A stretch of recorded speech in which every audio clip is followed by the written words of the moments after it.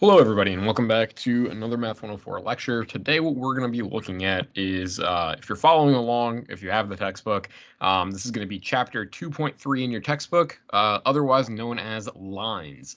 So we're going to be examining equations of lines and also graphs of lines and seeing how linear equations essentially plot out. Now, before we actually get to looking at the three different equations of lines, because there's three different ways that we can express them, before we get to that, we have to discuss slope. So slope is the steepness of a line. So if I'm just going to draw, let's just say this is my first quadrant, right, of a coordinate plane. Say I have a line that goes in this direction and a line that goes in this direction. Both of them are going through the origin. We can see that they have different slopes. And the reason that they have different slopes is because, well, the reason that it's apparent they have different slopes is you can tell one is a little more steep than the other, right? Just to highlight it in green, this one seems to be a little more steep than the other. It's going up faster in the y direction than this one is, right? So we see that slope plays a really important part in defining a line. So there's the technical definition of slope, and then there's also the way that you can think about slope. So the technical definition of slope is the change in y over the change in x. So we use the variable m to define slope. So this is slope, and slope is equal to, again, the change in y over the change in x. And if you've never seen the little triangle symbol before, it's a delta. That's just telling you it's the change in your variable over the change in your other variable. So in this case, y over x, right? And again, we would just define that as, well, if you have 2 points, your coordinate points are going to have y components and x components, right? So that means it's going to be the change in your y components versus the change in your x components. Now, this is a really important concept, and notice that I said you need 2 points, right? To define a line, you need at least 2 points. You can have more than 2 points. In fact, a line has infinitely many points, right? It has all of the points that are on the line are solutions to the equation of that line. However, you need at least 2 points so that way you can define it. So that way, number one, you can figure out the slope, and number two, so that way you can graph it. Okay, so to figure out slope, you'd need 2 ordered pairs, right? Because your first ordered pair would be x1 and y1, and your other one would be x2 and y2, right? We can, and obviously they don't have to be the same variable with subscripts. You could call it like a comma b and c comma d. But the point is that you have x components of one, x components of the other. They're different. Y components of one and y components of the other, and those are different as well. And you just say, okay, it's a change in y over change of x. Now, the colloquial way that some people may have learned it before, or if you've never heard this before, let me introduce it to you. A common way to remember it is it's the rise over run. Rise over run implying, okay, the change in, how much is going up or down. So that's why y is on top. Rise over run, right? Whether you're moving from left to right, right to left, whatever the case may be, the change in your x-axis. So rise over run, and I'll just write that over here. Rise over run. Okay. So this is how we define slope. So let's go ahead and do a quick example, and we're just going to see, given 2 points that define a line, let's see how we can figure out slope. Okay. So let's say that a line passes through the following points: -7. That's a 7. That made it worse. -7, 5, and 6, -3. Okay, and we can call this P and we can call this Q. So say a line passes through these 2 points, which means that these 2 points are solutions to the equation of that line. Well, to figure out the slope of that line, what you would do is, again, you set m. M is the variable that we use for slope. So m is equal to the change in y over the change in x. Now, it doesn't matter, and we also saw this concept when we were talking about distance, right? Distance between 2 points. It actually doesn't matter which one you want to call x1 and y1 and which one you want to call x2 and y2, as long as you remain consistent, right? So if we make q go first, then this one would be x2 and this would be y2. And then by default, this would be x1 and that would be y1, right? But again, you don't have to define it that way. You can feel free to make P be the components that come first, and that's exactly what I'm going to do here just to really, illustrate that fact. But again, you'll come out with the same answer regardless. Your slope will be the same. Just make sure that you remain consistent, right? If you're choosing Q to be x2 and y2, then that means that -3 would have to go first on top, and also 6 would have to go first on the bottom. Okay, so however you define it is entirely up to you, but either way, you should be okay. So I'm going to make P go first, the components of P. So that means I'm going to have -7. I'm sorry. Oops. That means I'm going to have 5 minus -3, right? 5 being the component, the y component of P, -3 being the y component of Q. So the change in y over the change in x, right? Now, because I chose 5 to go first, that means I have to also choose -7 to go first, okay? So that's what I mean about remaining consistent. So now down here, we have -7 minus 6, right? 6 is the x component of point Q. So we just go ahead and we simplify this. 5 minus a -3 is 5 plus 3, which gives us 8. And we have -7 minus 6, which is -13. So we get -8/13. And what does this tell you? This tells you something very specific. Again, we have our slope, but what is slope telling you as far as graphing is concerned? Well, this tells you that you are going for every 8 units, and you can think about this in one of two ways, because the negative sign can either be on top or on the bottom, and it'll still make the fraction negative, and it'll make this work out, right? So let's think about it with the negative being on the bottom, because that's how we originally solved it.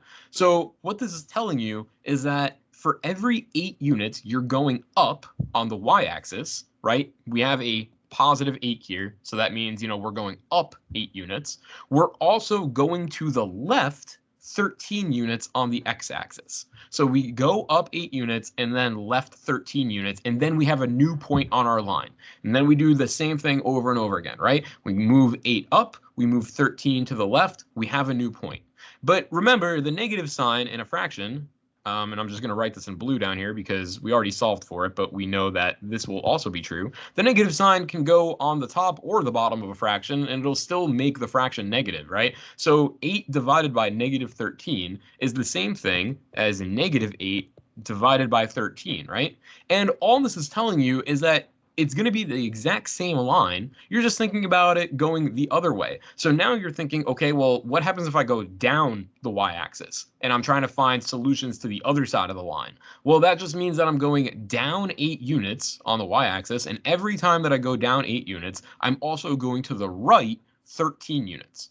Okay, so either way, however you want to conceptualize this, slope is going to tell you the solutions on the line for basically any time that we follow the slope from one point that's already on the line. We're going to find another point that's on that same line.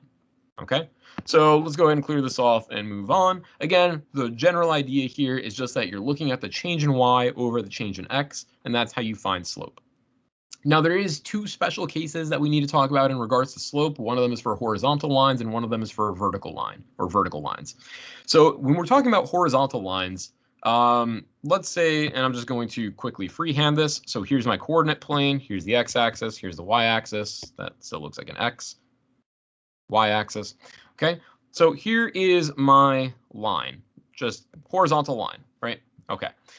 Now, notice for a horizontal line, the x component is changing, right? We're going from left to right because it's a horizontal line, but the y component is staying exactly the same, right? The y component at this point right here is going to be the exact same y component as this point right here, right? There's no change in the y-axis.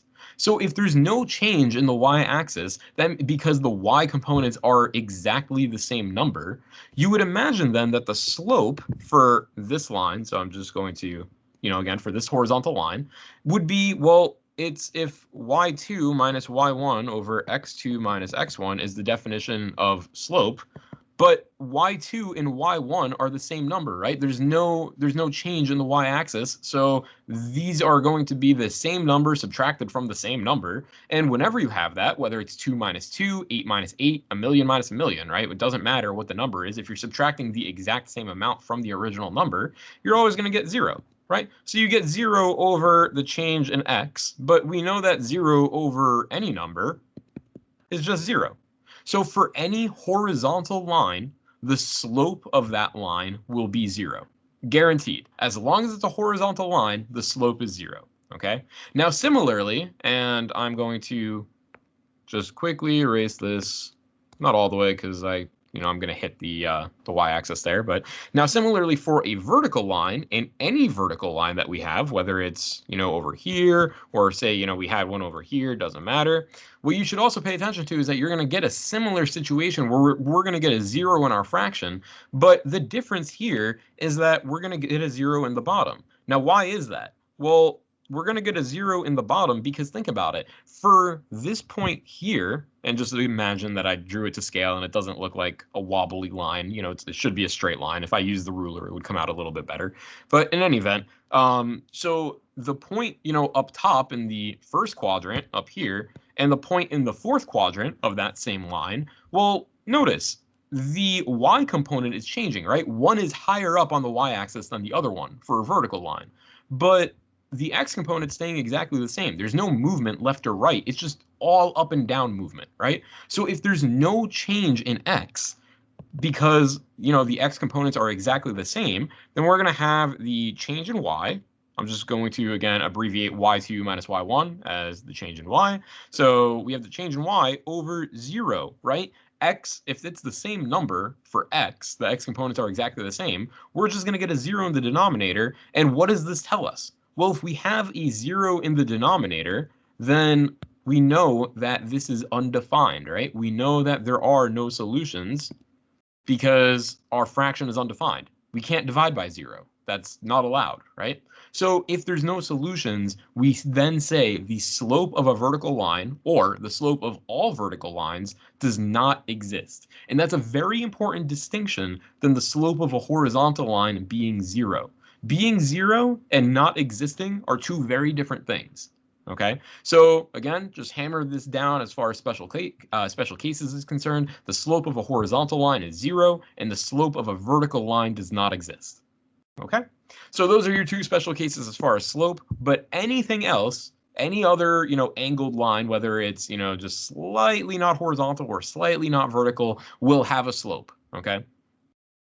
Okay, so with slope being talked about, we can now look at the first form of a line. So the first form of a line is called the point slope form. Okay, and I'll write it up here. So it's called the point slope form. And point slope form is going to be in the following example, or I'm sorry, in the following form. So we're going to have y minus y1, y sub 1, is equal to m times x minus x sub 1, okay?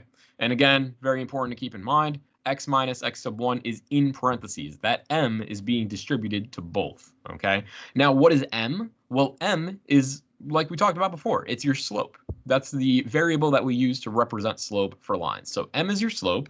Y and x are just your two normal variables that we have for linear equations, and y1 and x1, and I probably should have said it the other way, x1 and y1 are going to be your ordered pair. So that's going to be a point that's on your line. So the reason that we call it the point slope form is because there's two things that you need to have it in point slope form. You need a point and you need to know the slope. If you have the point x1 and y1, so if you have this ordered pair and you also have the slope, then you can put it into this form. And then that way, you can then get the equation of a line, and you can manipulate it to one of the two other forms that we'll talk about in just a second. But point is that you'll be able to at least get one equation of the line, and then you'll be able to do other things with it. But once again, point slope form is telling you exactly what you need. You need one point, and you need the slope. And that point has to be on the line. It has to be a solution already. You can't just pick a random point. Okay? So let's look at an example together. So let's say I want to find the point slope form of the equation of a line that passes through the point -2, -3, and has the slope, so m is equal to -2/3. And then once I do this, I want to solve for y. Okay, so the directions are we're going to find the point slope form of the equation. We're given the point, we're given the slope, and we're going to solve for y. Okay, so once again, point slope form is as follows. We have y minus y sub 1 is equal to m times x minus x sub 1. Okay, so plugging in, well, we know that this is the x component, right? This is going to be x1. We know that this is the y component of the point. That's a solution to our equation. So that's going to be y sub 1. And m we already have, right? It was given to us. So we just have to take the information we have, directly plug into the equation that we know is for a point slope form. So plugging in, we're not touching our y, right? Y is just this abstract variable that's just going to stay there, throughout the entire duration, because this allows us to solve for the line, okay? But y sub 1 corresponds to the point that was given to us. So this is going to be our y component of the point. So we have minus the negative 3, right? This minus carries down, and then we also have the minus from the negative 3. So we have two subtractions here, or two negatives. So we have y minus negative 3 is equal to, slope is negative 2/3, so negative 2/3 comes out right here, x minus, and once again, we see that negative 2 is the x component of the point that was given to us, and the subtraction carries down from within the parentheses, and that negative 2 is coming from this negative right here, right? The negative 2 is the point, or it's the x component. So now we just have to cross out some double negatives and then solve for y, right? That was the original goal. We're solving for y. So double negatives we know are going to cancel out to be positive. So those are going to cancel, those are going to cancel. So we have y plus 3 is equal to negative 2/3 times x plus 2. Okay, well, we're almost done, but we need to keep going a little bit more, right? So we need to distribute that negative 2/3, and then solving for y, we would just subtract 3 over, right? So let's go ahead and distribute the negative 2/3. We have y plus 3 is equal to negative 2/3, negative 2/3 x, and then negative 2/3 times 2, right? This is a positive 2, so we have a negative times a positive, so we know that it's going to be negative. And then 2 times 2/3, well, when you multiply an integer times a fraction, you're essentially just saying, okay, I'm just going to multiply the integer by the numerator. So we have 2 times 2 up top, which is 4 over 3. Okay, all I did was I distributed the negative 2/3 to both the x and also to the positive 2. Okay, so we have negative 2/3 times x minus 4/3, and we're pretty close. All we have left to do is isolate y. So isolating y, we subtract 3 from both sides. We have negative 2/3 x minus 4/3 minus 3, and we can combine minus 4/3 and minus 3. Negative 3 is really just the same thing as, hopefully you guys can do this with me, right? Negative, so we have 3, we need it to be in terms of thirds, so it should be 9/3, right? And we get negative 2/3 x, negative 4/3 minus 9/3. We have common denominators, right? So we know we're going to have a negative because it's the negative minus something, so it's becoming more negative.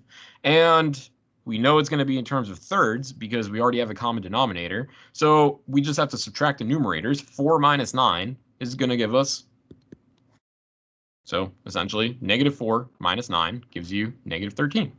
And that's it. Okay, so we have now solved for the equation of the line in terms of y. Okay, so how did we get here? Again, we started with our point slope form. This is always our point slope form, that we're starting with. This is our rubric, right? That kind of looks like a equal sign. Let me fix that up. Okay, so starting with this, we were given a point that's a solution to our line, and we were also given the slope. So we just plugged in directly for x1 and y1, and also for m, right? Slope is our m, so we plugged directly in. We did some, distributions. We also canceled the double negatives, and then when we solved for y, we ended up with y is equal to negative 2/3 x minus 13/3. Okay, so not terrible. This is all stuff that we know how to do. Really, the only new thing is this piece right here, which I'm going to box. which again is the point slope form. That's really the newest thing that we're dealing with here. Okay, but once you have that, you're just doing your normal plug and chug. You're just doing some simple operations, right? Doing some fraction multiplication, which never fun, but it's easy enough to do once you do it enough times. Okay, so that's an example with point slope form. But what happens if I ask you guys to give me point slope form and I don't give you the slope? Say, for example, let's look at another example, that I give you, I want to find the point slope form of a line. I still want to solve for y when all is said and done, but the two pieces of information that I give you are actually 2 points, not 1 point and a slope. So let's say I gave you -3, -4, and also -1, 6. And I said, I want you to find the point slope form of this line that passes through these points and also solve for y.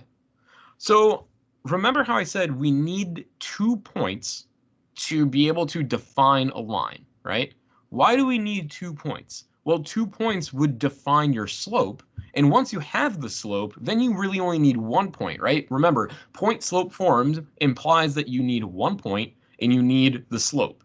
But to have the slope, you need 2 points to define that, right? Because remember, slope is the change in y over the change in x. If you only have 1 point, there's no change. It's just at that point. But if you have 2 points, you can gauge the difference between those points. So what we're going to do, our game plan here, is first we need to find the slope, and only after we find the slope do we do everything that we just did above in the last example. Okay? So let's find the slope. Again, slope is defined as m is equal to the change in y over the change in x. So y2 minus y1 over x2 minus x1. Again, rise over run, right? Okay, so I'm going to pick my underlined point here to go first. Once again, you do not need to follow this. You could make your other one go first. You'll arrive at the same conclusion that I will, okay? So I'm going to have 6 minus -4 up top, because 6 is my y component for the point that I've started with, and -4 is the other y component, right? And now I just subtract the 2. So 6 minus -4 up top, and now down here, because I chose 6 to go first, I also have to choose -1 to go first, minus a -3. So simplifying this down, and I'm just going to get rid of this bar here because that might make things confusing. Simplifying this down, we have 6 minus a -4, which is 6 plus 4, right? 2 negatives are going to cross out to give us a plus. So we get 10 up top. And down low, -1 minus a -3. 2 negatives going to cross out once again. We get a plus. And we know then that -1 plus 3 is going to give us a +2. So we get 10 over 2, which is really just 5. So great, we have found the slope, and slope is equal to 5. Or if you want to think about it as far as rise over run, you could say, oh yeah, it's 5 over 1, right? For every 5 units we move up the y-axis, we move 1 unit over to the right on the x-axis, okay? But I'm just going to leave it as 5 because, when we plug in later, it'll look a little bit better than just leaving it as a fraction. Okay, so now we have our m, right? Our goal was to get the slope. And now we have a slope, and we not just have 1 point, we have 2 points. So you might be wondering, which one are we going to use with the slope to plug into the formula? And believe it or not, it actually won't matter which point you choose. So for me, I'm going to choose plugging in the -1/6, but I encourage you to try plugging in the -3, -4, and seeing if you get the same result, because you should. Again, because it's a solution to the line that we're finding here, you should get the same equation of a line as long as you plug in correctly.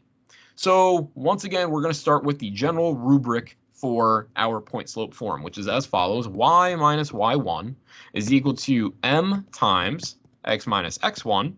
And now we just have to plug in, right? Well, we just found that m is 5. We also know that we're just going to take one of our points. So in this case, like I said, I'm going to take the -1/6. That's the point that I'm going to be using. -1 corresponds to the x1. So we're going to have minus a -1 here. And the 6, the +6, is going to correspond to my y1, right? That's the y component. So we have y minus the +6, or just y minus 6. And the last thing that we have to do is we just have to solve for y, like the directions said at the beginning. So to solve for y, we distribute the 5. We have to cross out those double negatives first, right? But we distribute the 5 afterwards, and then we add 6 to both sides because we are isolating for y, correct? So we have y minus 6 is equal to 5 times x plus 1. And distributing the 5, we get 5x plus 5, y minus 6 over here. And adding 6 to both sides, we get y is equal to 5x plus 11. And we now have the standard form. Well, we now have an equation of a line, right? We had it in point slope form just about here, right? This is when we now plugged in. We have it in point slope form, but the direction set to, solve for y at the end. So we have now solved for y.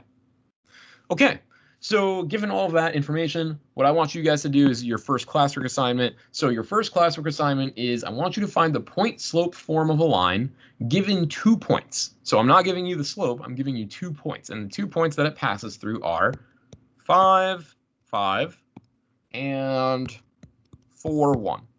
Okay, so give this a shot. Hopefully this isn't too bad, and unpause the video when you are ready.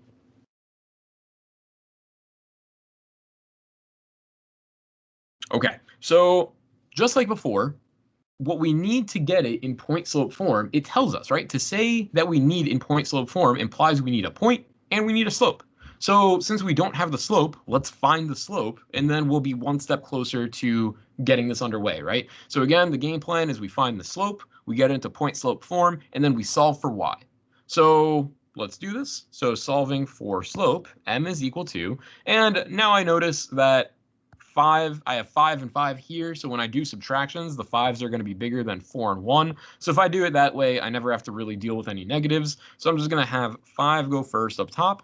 So we have 5 minus 1, right? We have this 5, which is the y component, minus the 1, which is the other y component.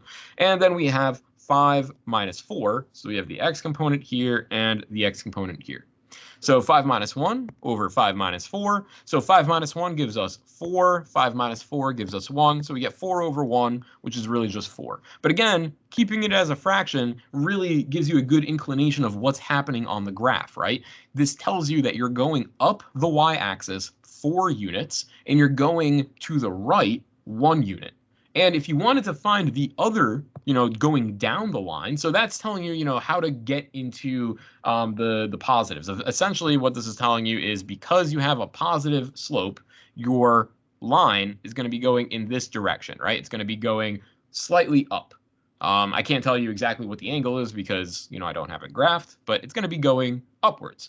But to find going downwards, all you would do is you say to yourself, oh, well, since I know negatives cancel, we would just have negative 4 over negative 1, right? And of course, we could always cancel these and we would just be left with 4 over 1. So we haven't changed anything. And once again, what this tells you is that for every 4 units you're going down in the y direction, you're moving 1 unit to the left in the x direction. Okay, so hopefully this little diagram gives you like a brief inclination. And of course, it's not drawn to scale, but hopefully it gives you a brief indication of what's actually going on with, slope in regarding to lines when we, go ahead and start plotting them. Okay.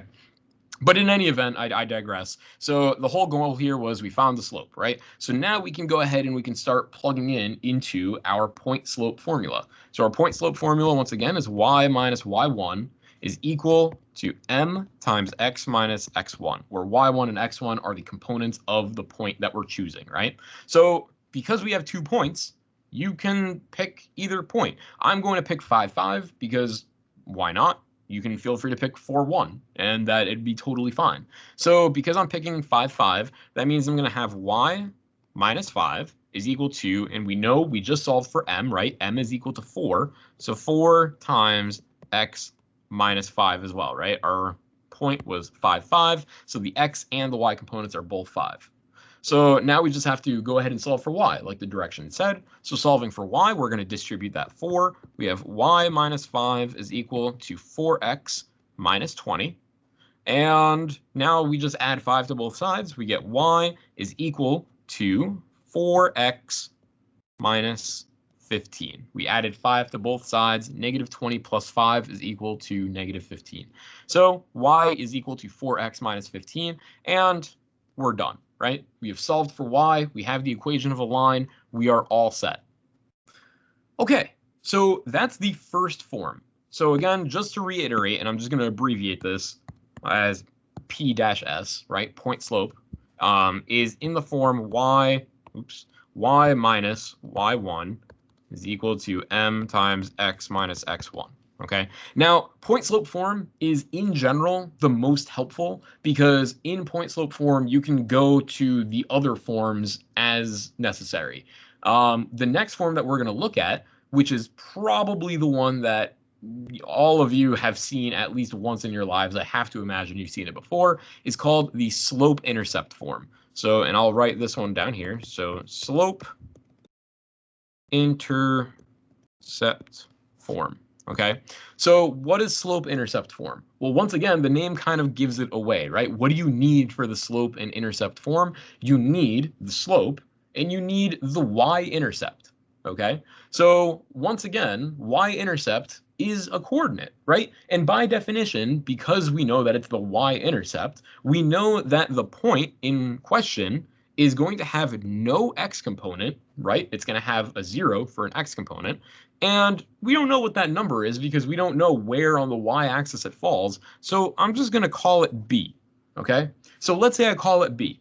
And what I want to do real quick is I want to plug it into my point slope form. So once again, I don't know what m is. M is just some slope. I haven't figured that out yet because we're not working with, a real example with real numbers yet. I just want to see if I can convert my point slope form to look like slope intercept form. Okay, so all I'm going to do is I'm going to be plugging in this y-intercept into my point slope form and see what I get. So let's plug in. So we have y minus b, right? B is our y component of the point that's on the line. So we have y minus b is equal to m times x minus 0, right? Because it's the y-intercept, there's no x component, so it's just x minus 0, and we know we can simplify this to be y minus b is equal to m times x, and we can even drop off those parentheses, so just mx. And solving for y, we have y is equal to mx plus b. And this is probably the form that every single one of you have seen at least once in your lives in regarding lines. So the way that we got slope intercept form, and the most, obvious form of a line that everybody has seen before, is starting from the point slope form with a very special case. And the special case is that we're talking about the point at which it crosses the y-axis. Okay, remember, a line has infinitely many solutions, right? Because a line goes on forever. So it has infinitely many solutions. It just happens to be that we're looking at the one particular solution where it crosses the y-axis. So we're talking about the y-intercept, and plugging in, we can get it into slope-intercept form. Okay? So let's go ahead and look at a brief example here, trying to get the slope-intercept form of a line. So since we already know that the slope-intercept form of a line is what I just circled here, y is equal to mx plus b, we can just use that for trying to figure out, problems like this. So let's find the slope-intercept form of a line whose y-intercept is 4. So I'm just going to put a bar here because our actual example is going to start down here. So the y-intercept is 4 and the slope is -1. And then I want you to graph the line afterwards.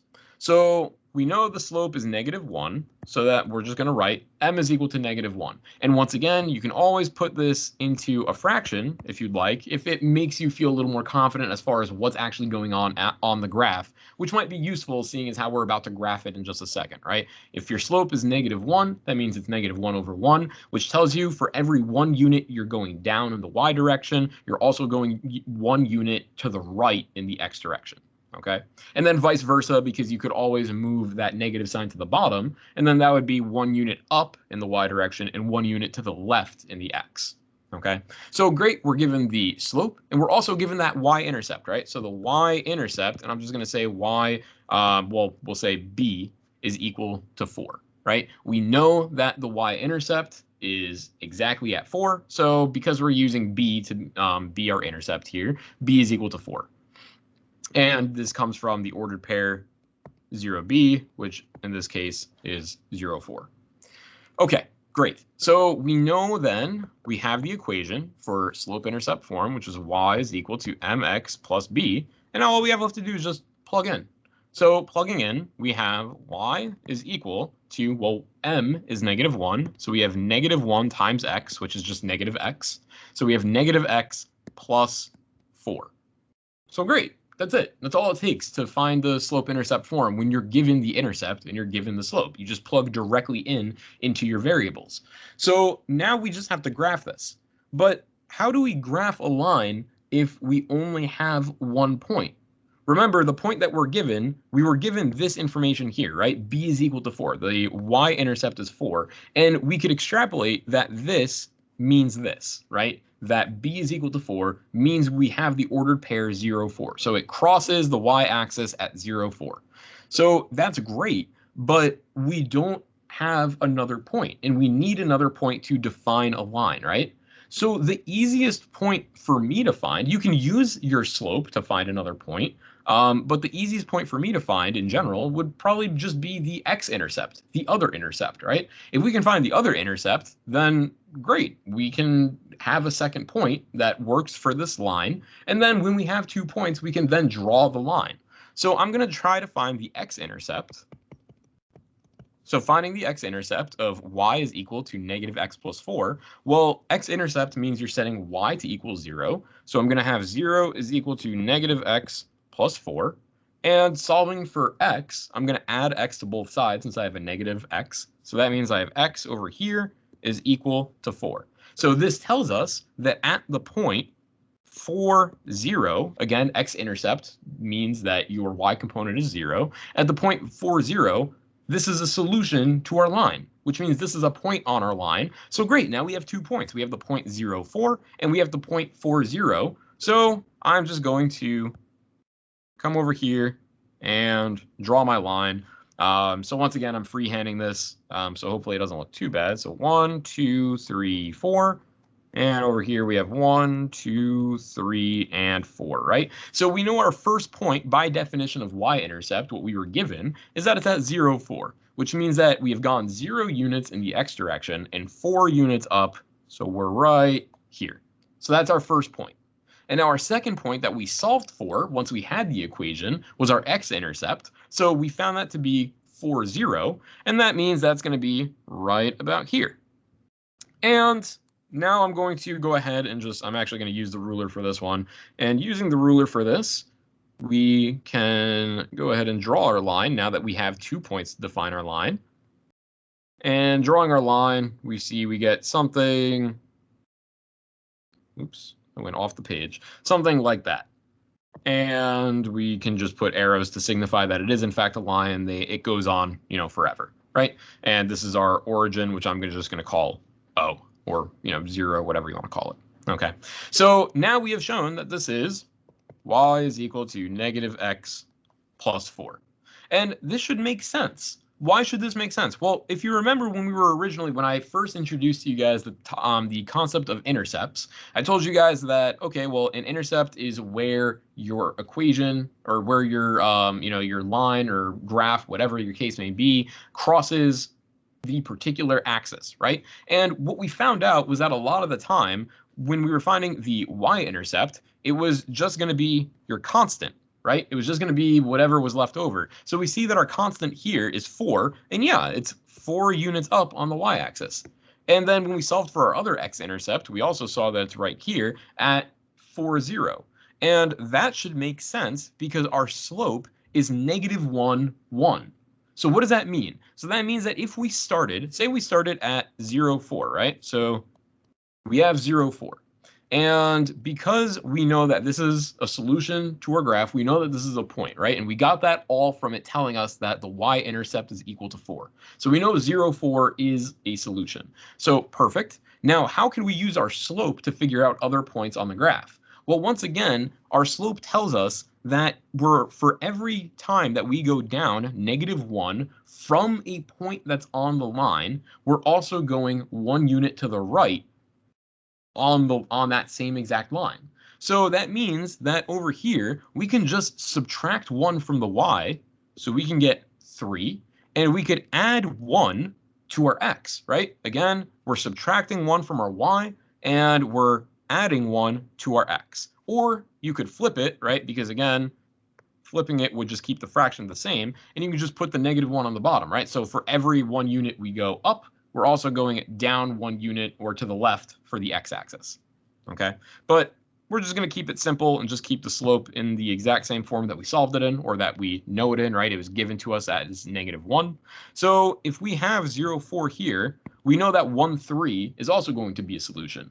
And then just keep following the, the sequence, right? So we're going to subtract another 1 from the y's, so we have 2 here, and we're going to add another 1 to the x's, so we have 2 here. And if you think about it, yeah, 2, 2, this looks like this would be on the graph, right? 1, 3, I know I didn't necessarily draw it exactly accurately, but that looks like it would be on the graph, so you would imagine that 3, 1 is probably going to be on the graph, and then, oh yeah, look, 4, 4, 0 should also be there as well. So coming over here, if we're going to subtract 1 from the y again, we're going to have 1, and adding 1 to the x, we have 3. So 3, 1, exactly like what we said we would have. And then last but not least, subtracting again, we would have 0, and adding 1 again, we have 4. So we get 4, 0, which is exactly what we solved for when we were finding the x-intercept, okay? So I just wanted to show you how to find other points using the slope, just in case you didn't want to use the intercepts, but I do find that trying to find the intercepts are the easiest methods for finding points on your line, so that way you can, just draw it fairly accurately. Okay, and just to finish the drawing, x-axis, y-axis. Okay, so with that being said, we already talked a little about horizontal lines and vertical lines in regards to their slope. Remember, a horizontal line has a slope equal to 0. A vertical line, the slope doesn't exist, right? So if we have, and I'm just going to clear this off, if we have a horizontal line, so I'm just going to leave it as this. If we have a horizontal line, and we know that the point HK is a solution to that line, so HK, we say then that the equation of the line is y is equal to k, okay? Notice that our y component is k, right? So what is this telling us? Well, this tells us, again, if we were to draw this, right? If we were to draw this, and we know that we're talking about a horizontal line, so let's say here. So let's say that the point HK is right here. I don't know what this point actually is. I'm just calling it HK. I couldn't tell you what the numbers are. They don't really matter. Let's just say it's HK. So if it's at HK here, we know that because the x component is always changing, right? It's going infinitely to the left and infinitely to the right, but there's no change in the y direction. We just say, oh yeah, well then I don't know what this point is going to be over here, but I know that it's going to be something. I'm just going to pick a different letter. Let's call it A. But the y component is still going to be k as well, right? So we define a horizontal line by its y component because the y component doesn't change. So we just say y is equal to k. Now, similarly, if we're talking about a vertical line, oops, forgot the R. Very interesting.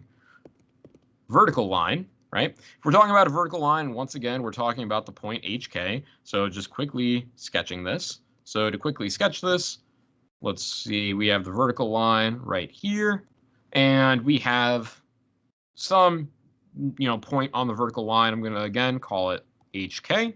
Well, notice that once again, the y components now are going to be the ones changing, but the x components are staying the same, right? This point right here is going to have a different y component, but it should still be h comma something. And once again, I'm just going to pick a different letter. Let's say, C. just for the sake of it, right? So this is a different y component, but the x component is staying exactly the same. So we define this as x is equal to h. So if you have a point on a vertical line, you can define it by the x component.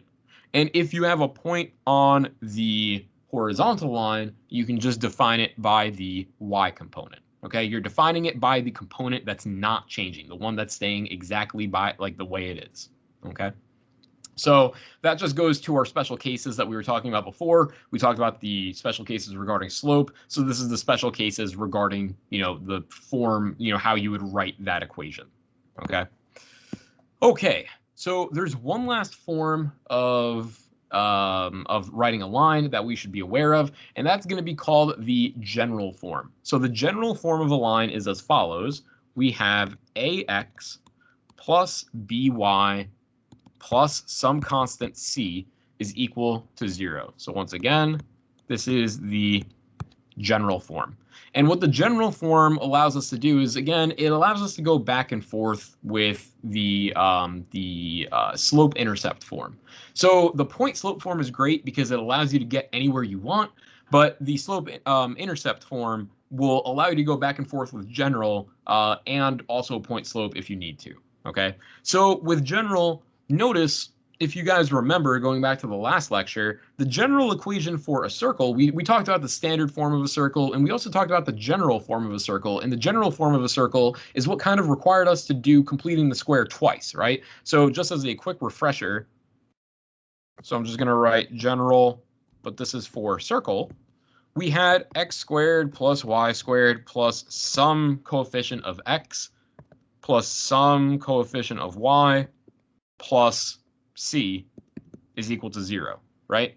And now the real thing that I want to draw your attention to is notice how we have all of our variables kind of clustered together on one side of the equation, right? We have our x's and our y's together for the general equation of a circle. We have our x's and our y's together for the general equation of a line. And if you go back and you think about what we were talking about way back, like 2 or 3 lectures ago, when we talked about independent and dependent variables, it's really hard to say which one is the independent and which one is the dependent variable. So if you can just remember that the general form has everything clustered together, then that'll help you remember what the general form actually is. It's your x and your y, and they have some coefficients. Maybe it's 1, maybe it's not 1. You don't know yet, but it's, some coefficients to your x and your y, and there's going to be some constant. That constant could be 0, which means that it just isn't part of your equation, or it could be an actual number. Once again, you don't know, but the point is that this is your general form of a line, okay? And then extrapolating, when we're talking about general form of a circle, well, it's the same thing, except you just have this x squared plus y squared piece, right? Notice the similarity between ax plus by plus c. It's the same thing falls out. You just happen to have these, higher polynomial pieces attached as well. Okay, so general form of a line. Let's go ahead and do an example so that way we can see what we get, right? So if we're starting with, and I just want to really show that we can get the slope-intercept form. If we're starting with ax plus by plus c is equal to 0, say I wanted to solve for y. Well, solving for y means we're going to move everything else over. So we're going to have by is equal to negative ax minus c, right? I moved the positive ax and I moved the positive c over. And I'm just going to divide everywhere by b. So dividing everywhere by b, we get y is equal to negative a over b x minus c over b. And you notice this actually looks really similar to y is equal to mx plus b. The only thing is that, yeah, we have fractions here, but this should be the exact same thing, right? And you would imagine that, oh yeah, well, if I just end up getting an integer can be in the form of a fraction, right? If we had an integer for b or for m, well, that's the same thing as, like m over 1 or b over 1. And you see that you would get, sorry, I meant to circle.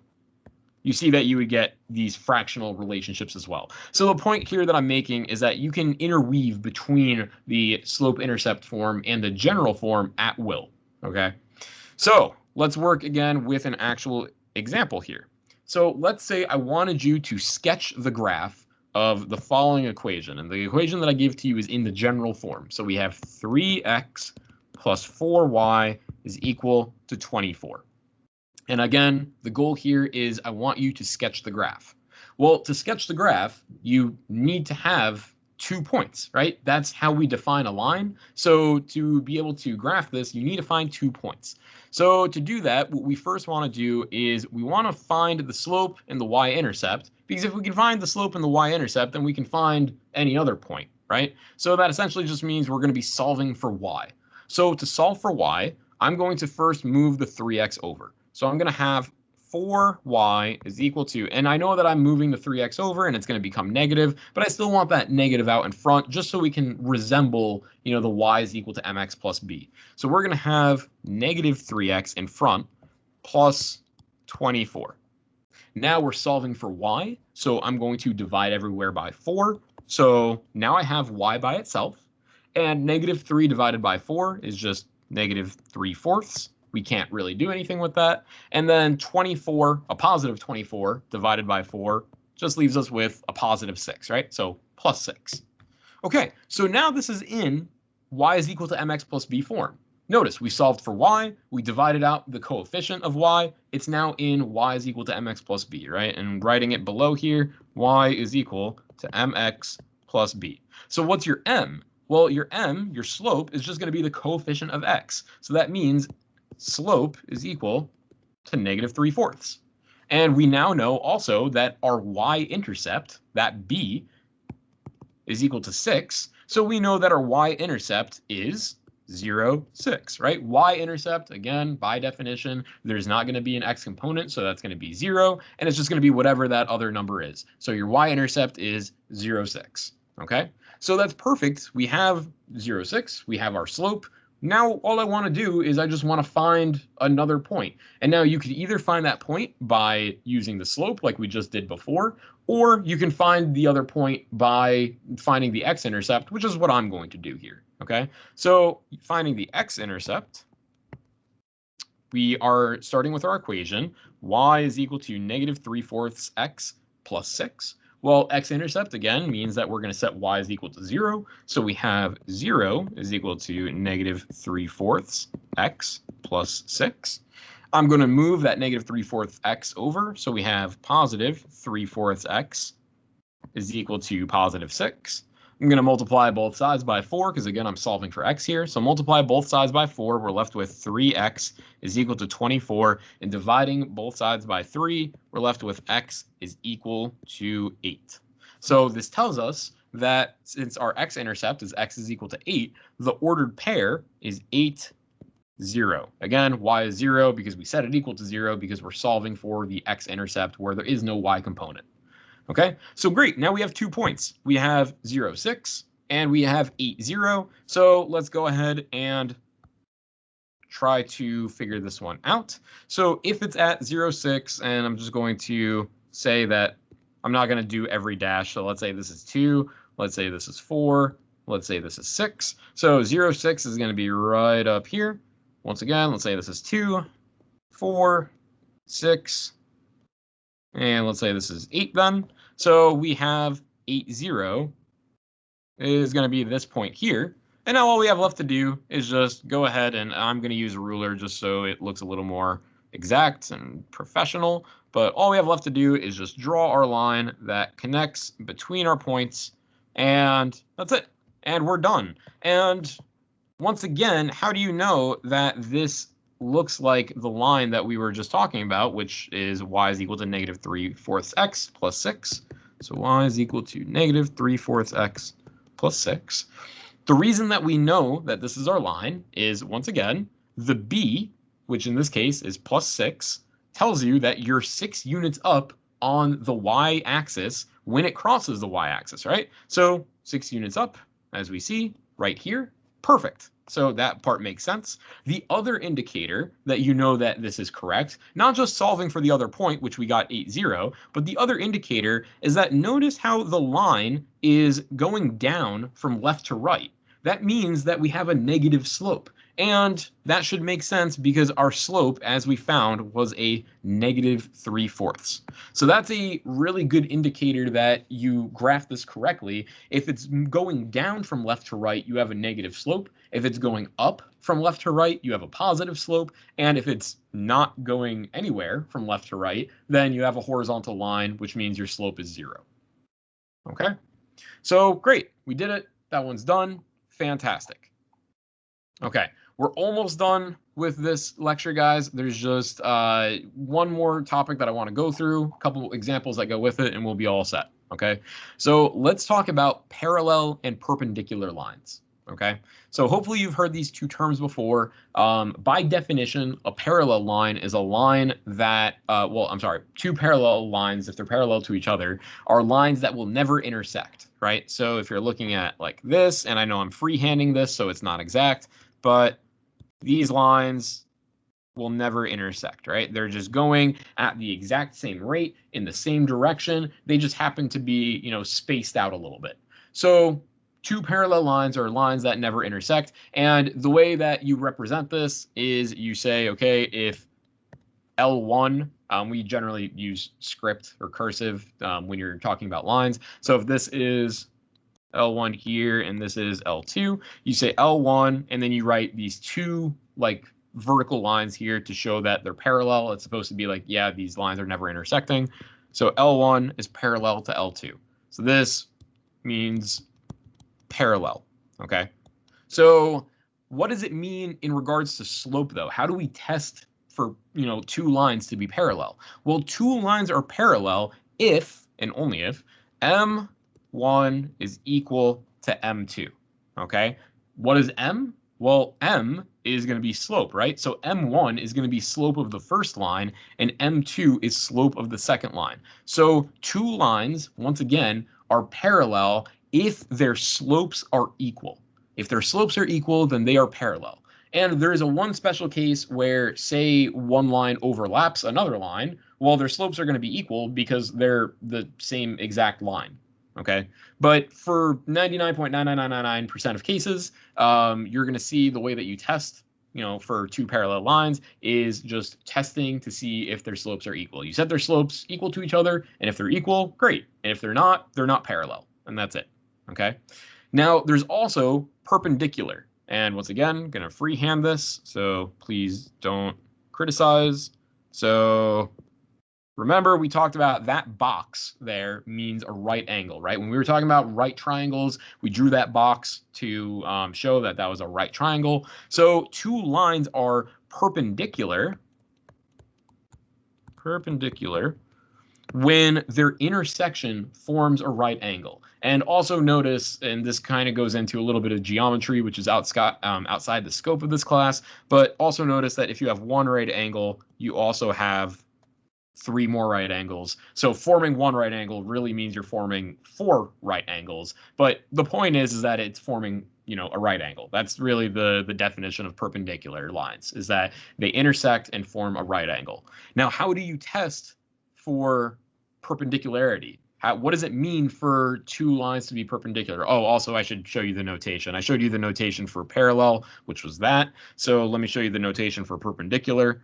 So L1, L2. The notation for perpendicular lines is if you have L1 and you draw this kind of like upside down T looking thing. So you would read this as L1 is perpendicular to L2. Okay.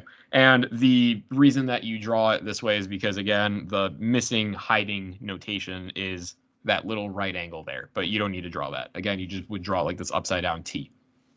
Okay. So you would say then, if these lines are perpendicular, then their slopes are going to be negative reciprocals of each other. Well, you might be saying, what is a negative reciprocal? Well, first, you could also write it as M1 times M2 would give you -1. This is one way to think about it. If your slopes, when multiplied together, give you a -1 and exactly a -1, then the two lines are perpendicular. What I meant by negative reciprocals is, well, solve for one of the slopes. Doesn't matter which one. So say I'm going to solve for M1. Well, to solve for M1, I'm going to divide both sides by M2. So we're going to have m1 is equal to -1 over m2. And this is what it means to be a negative reciprocal. If we didn't have this negative sign here, it would just be a reciprocal, right? But we have the negative there, so negative reciprocals. If you've never heard the term reciprocal before, just a quick example. If you have the integer 3, the reciprocal of 3 would be 1/3. If you have 5, the reciprocal is 1/5. So if you have x, the reciprocal of x is 1 over x. It's just when you multiply x times 1 over x, you're going to get 1 back. The same way if you multiply 5 times 1 over 5 or 3 times 1 over 3. So in this case over here, when we're talking about negative reciprocal, you should get back 1, but just -1, right? Because again, negative sign. That's the important key factor here. So if you can't remember this piece here, that's okay, because remembering this piece here is entirely equivalent. You could just say that if two lines are perpendicular, then their slopes when multiplied together would equal -1. Or if two lines are perpendicular, then their slopes are negative reciprocals of each other. Okay, so any of these three things are entirely accurate, where we got m1 or m2 here just by solving for them by moving the other variable over. Okay, but this definition, which I circled, is probably the easiest one to remember, and that's how you test for perpendicularity. So once again, to test for parallel lines, you set them equal to each other, and if they're equal, great. If they're not equal, then they're not parallel. And over here, you multiply them together, and if they give you a -1, then they're perpendicular. If when you multiply them, they do not give you a -1, then they are not perpendicular. Okay?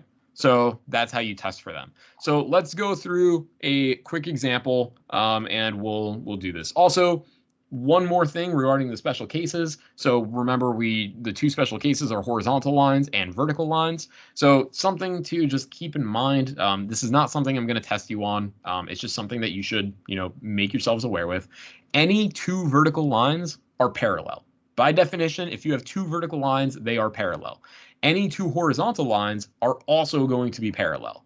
And any vertical line will be perpendicular to any horizontal line, and also vice versa. So if you have a horizontal line and you consider any other vertical line, then they will be perpendicular. Okay, so that should make some amount of sense, because if you're talking about two horizontal lines, well, both of them, by definition of horizontal lines, have slopes equal to 0, and you know that parallel lines only occur when the slopes are equal, right? So 0 is equal to 0. So yeah, you'd have two parallel lines. Same thing with vertical lines, right? The slopes of two vertical lines, both of them don't exist. So because one doesn't exist and the other one doesn't exist, then by definition, they should be parallel. And last but not least, the only one that you can't really prove with, this concept that we're talking about with, perpendicularity. Again, I told you to test perpendicularity by taking the two slopes, multiplying them together, and if you get -1, then great. This is the only one that you can't really test with this, which is why I would never throw it on a quiz. But any vertical line is perpendicular to a horizontal line, mainly by definition. Because if you tried plugging in the slopes, well, the slope for a vertical line doesn't exist. And something that doesn't exist times 0 is a different field of mathematics that we just don't have time to get into. So point is that no, that you don't have to worry about that. I just want you to be aware of that remark in general, that any two vertical lines are parallel, any two horizontal lines are parallel, and any vertical line will be perpendicular to any horizontal line. Okay? Okay, so let's move on to the example for trying to figure out if this is going to be parallel here. Okay, so say I give you the equation. Well, say I want you to find the general form of the equation of a line that passes through -2, 5 and is parallel to the line. So we're finding the equation of a line. It passes through -2, 5. And that line that we're trying to find is parallel to a different line, which contains the points, and I'm going to write this in red, so that way we know that it's the other line. It contains the points 2, 3, and also 5, 7. So this seems like we're probably not getting a whole lot of information here, but we actually are. So the reason that we know that we can solve this is because, well, to find the general form, we probably want the slope, right? Getting the slope would be a really good first step, because if we can get the slope, then we'll have the slope. So we're trying to find the slope of this line. If we find the slope, then we'll have the slope, and we'll also have 1 point, and then we can get it into point slope form. And we know that once we get it into point slope form, we can then get it into general form. We can, go back and forth between the forms of a line. So our goal here is to find the slope first. When we find the slope, then we're going to get it into the point slope form, and then we're going to get into the general form. But how do we find the slope? We weren't given a second point that's on this line, but we do know that this line is parallel to this line, right? We know that was exactly the information that was just given to us. We're trying to find the general form of the equation of a line that passed through -2, 5 and is parallel to the line that contains 2, 3, and 5, 7. That parallel piece is very important. And why is that important? Well, what do we know about the definition of two lines that are parallel when it comes to slope? We know then that M1, so the slope of the line that we're trying to find, should be equal to M2, the slope of the line that, we said is parallel to it.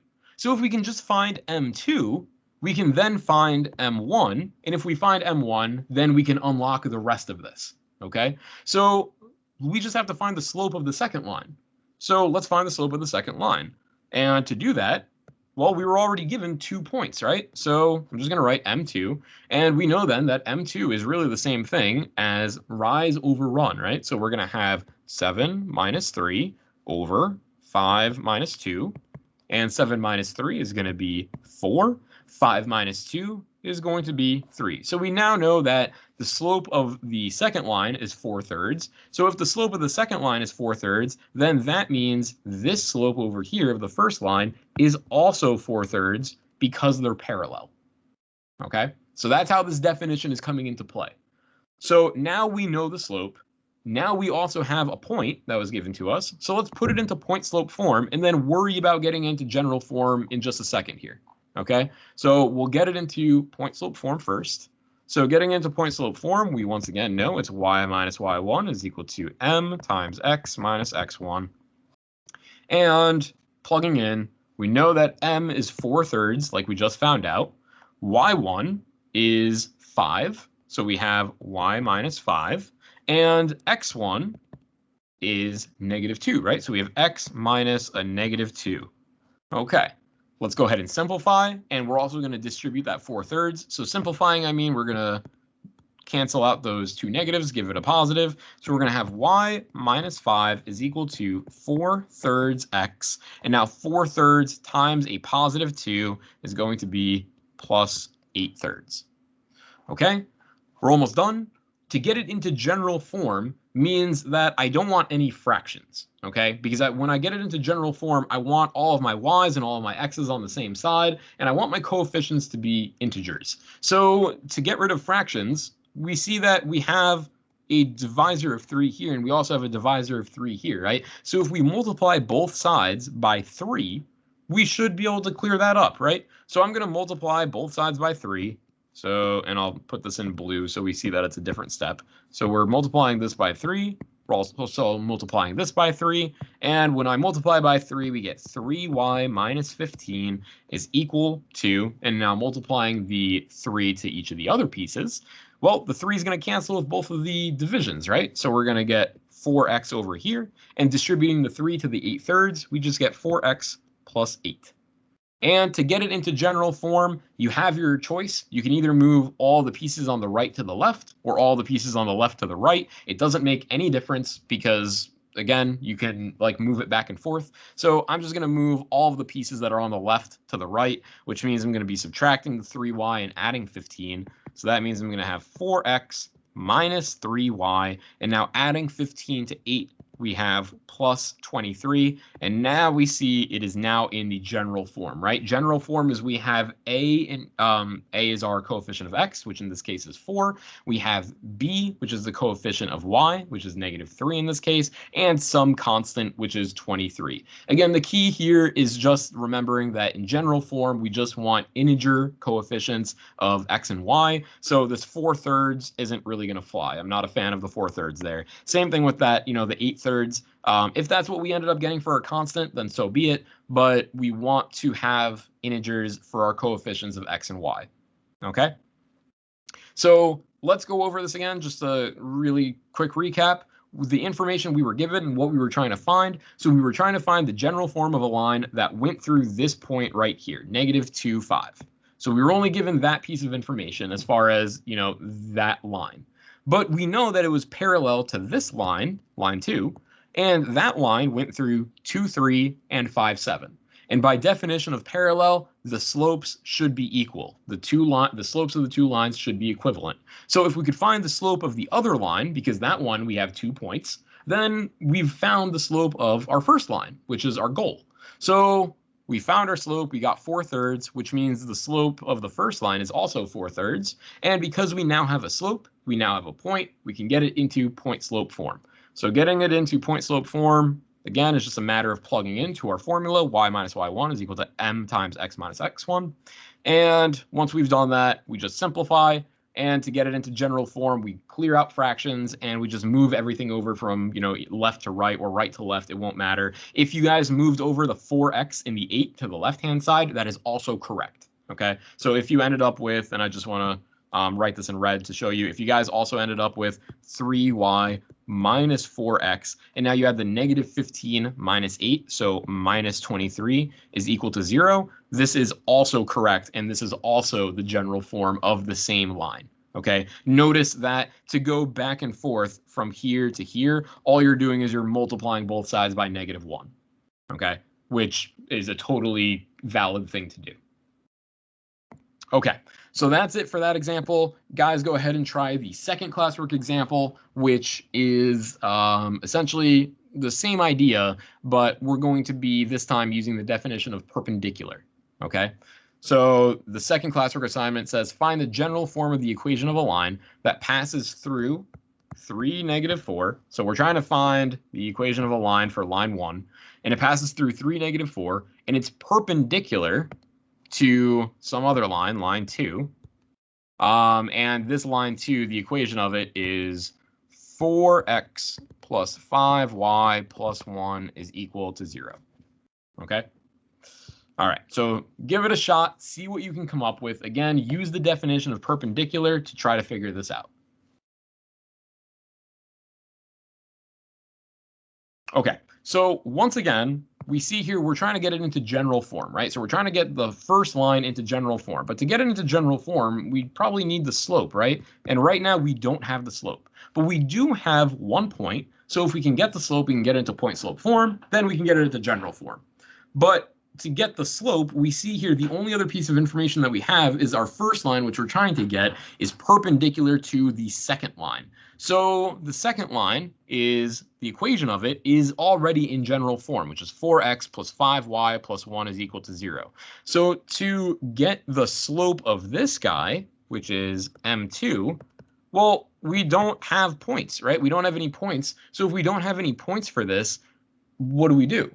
Well, we're going to convert this from general form to slope-intercept form. Remember, you can go back and forth with any of the forms of the lines, and let's get it into the form of a line where slope is readily apparent. So that means that I'm going to solve for y. And when I solve for y, it should be in the form of y is equal to mx plus b. So let's solve for y here. So we have 4x. My 4s are coming out really funky right now, but it's fine. 4x plus 5y plus 1 is equal to 0. Solving for y, we're going to have 5y. Now I'm going to move over the 4x and the 1, so we have -4x minus 1.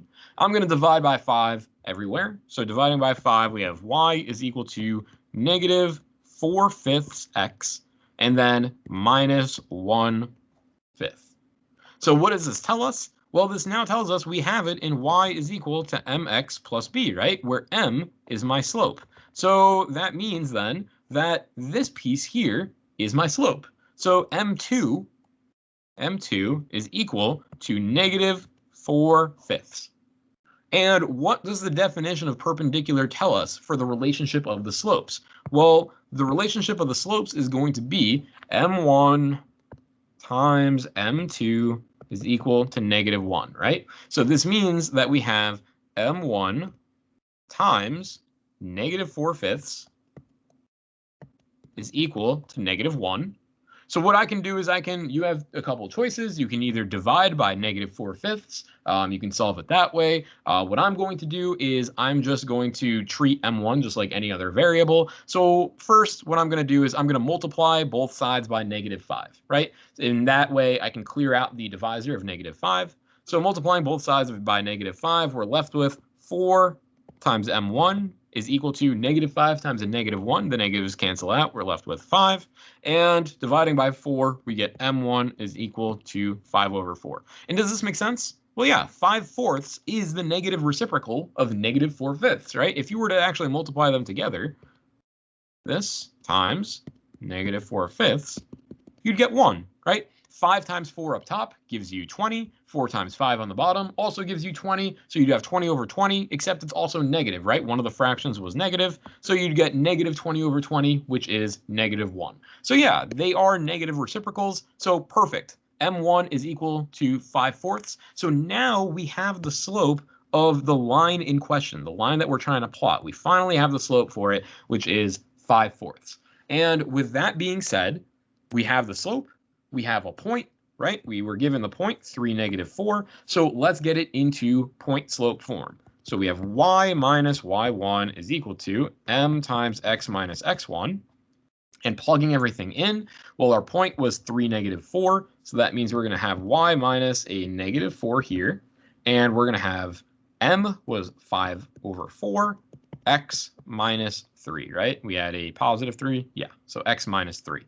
Okay, so we just have to distribute the 5/4, and we're going to clean this up a little bit. So we have y plus 4 over here is equal to 5/4 x minus 3. And you could either distribute the 5/4 first, or you could just multiply by 4 now to clear out this divisor. You're going to have to multiply by 4 anyway to clear out the divisors. So I'm just going to do that now. I know that in the last examples, I distributed first. I'm just showing that it really won't matter. The entire goal here, though, is just that we're going to get the x's and the y's on the same side and our constant, and we're just going to set it equal to 0. So that's our entire game plan. So if you wanted to expand first, totally fine. I'm just going to multiply by 4 everywhere first. So multiplying by 4 everywhere, we get 4 times y plus 16, right? The 4 distributes to both pieces on the left. And multiplying by 4 on this side, it just clears the divisor. So we're left with 5 times whatever was left in the parentheses, so x minus 3. We get 4y plus 16 is equal to 5x minus 15. And now all we have left to do is just choose which side you want to bring over. Once again, it won't matter. In this case, I'm going to bring the right to the left this time. So bringing the right to the left, we're left with negative 5x plus 4y. And adding 15 to the other side, we're going to get plus 31 is equal to 0. And we have now gotten the general form of the line that was in question, line 1, going way back up here.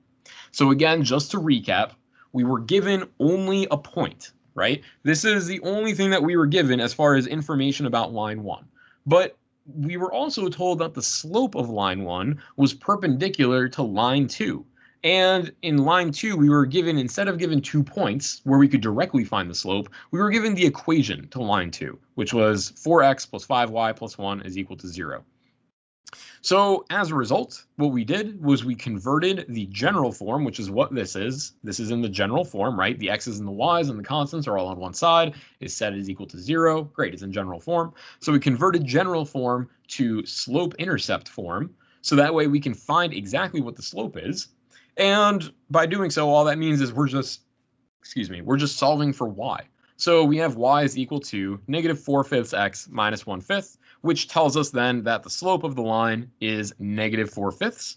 We use the definition of perpendicular, which is we multiplied the slopes together, our unknown slope and our known slope, and that should give us -1. So we just solved for the unknown slope of our first line. We got 5/4, and now since we have a slope and we have a point, we can get it into point slope form and then just convert it back to general form. It seems like a lot of back and forth, but again, when you get good at this, you see that there is a method to all of this madness. Again, you're just using whatever information you have at your disposal. In this case, we were given only 1 point, but 1 point is not enough to define a line, right? And since we were not directly given the slope, we had to use the definition of perpendicular to find the slope. So I was tempted to throw in one more word problem, but what I'm going to do is I'm going to actually take that word problem and throw it onto your homework. So it's just going to be an unnumbered question, and it's just going to be a word problem. So see if you can figure it out. If you have questions on it, of course, we can talk about it. But because this is not technically part of your homework, this would not show up on your quiz. It's just really good practice for extracting information from a word problem, and also good practice with, dealing with equations of lines. Okay, so I'm going to throw it onto your homework, and if you can do it, great. If you want help with it, totally email me, totally fine. Either way, we're going to stop the video here because I've definitely been going on for long enough. Okay, so enjoy the rest of your night, guys. I will talk to you later. Have a good one.